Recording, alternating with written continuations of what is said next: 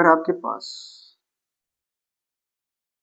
एक ऐसा ट्रायंगल है ए बी सी, ठीक है, this is obtuse angle triangle, this is obtuse angle triangle, ठीक है। अच्छा, अगर मैं इसको बेस मानता हूं, क्या मानता हूं, बेस मानता हूं, तो मैं सीधा सीधा वर्टेक्स बी से इस पे एक परपेंडिकुलर ड्रॉ कर सकता हूं। तब मैं बोल दूंगा ये बेस हो गया और ये उसकी हाइट हो गई, बी डी हाइट हो गई और ए सी क्या हो गया, उसका बेस हो गया, ए सी क्या हो गया, उसका बेस हो गया, ठीक है।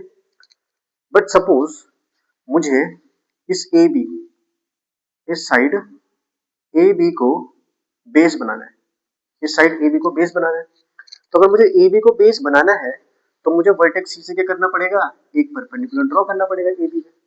बट अगर आप वर्टेक्स सी से ए बी में कोई परपेंडिकुलर ड्रॉ करने जाओगे तो आप परपेंडिकुलर ड्रॉ नहीं कर पाओगे, नहीं कर पाओगे ना। तो इस केस में हम क्या करते हैं, इस केस में हम इस ए बी को आगे प्रोड्यूस करते हैं, हमने आगे प्रोड्यूस करा, ठीक है। और now from vertex C we draw a perpendicular, ये सी मान लीजिए डी हो गया, ये क्या हो गया, सी डी। तो अब जो ये सी डी है, दिस इज बिकेम परपेंडिकुलर या हाइट, हाइट बोल लो या एल्टीट्यूड बोल लो, एल्टीट्यूड, ठीक है।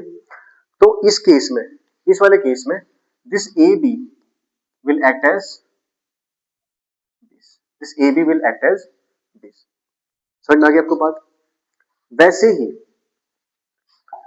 ही सपोज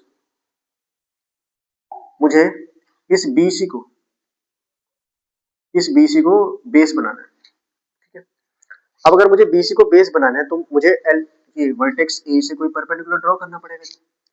वर्टेक्स A से अगर आप इस पे परपेंडिकुलर ड्रॉ करने जाओगे तो परपेंडिकुलर आप ड्रॉ कर नहीं पाओगे, नहीं कर पाओगे ना, 90 डिग्री का एंगल बन नहीं पाएगा। तो फिर से हम क्या करते हैं, BC को एक्सटेंड करते हैं, BC को प्रोड्यूस करते हैं आगे, हमने BC को आगे प्रोड्यूस करा और फिर हमने वर्टेक्स A से एक परपेंडिकुलर डाला जिस उसके produce. Now this A F मान लो, this will act as a height, this will act as a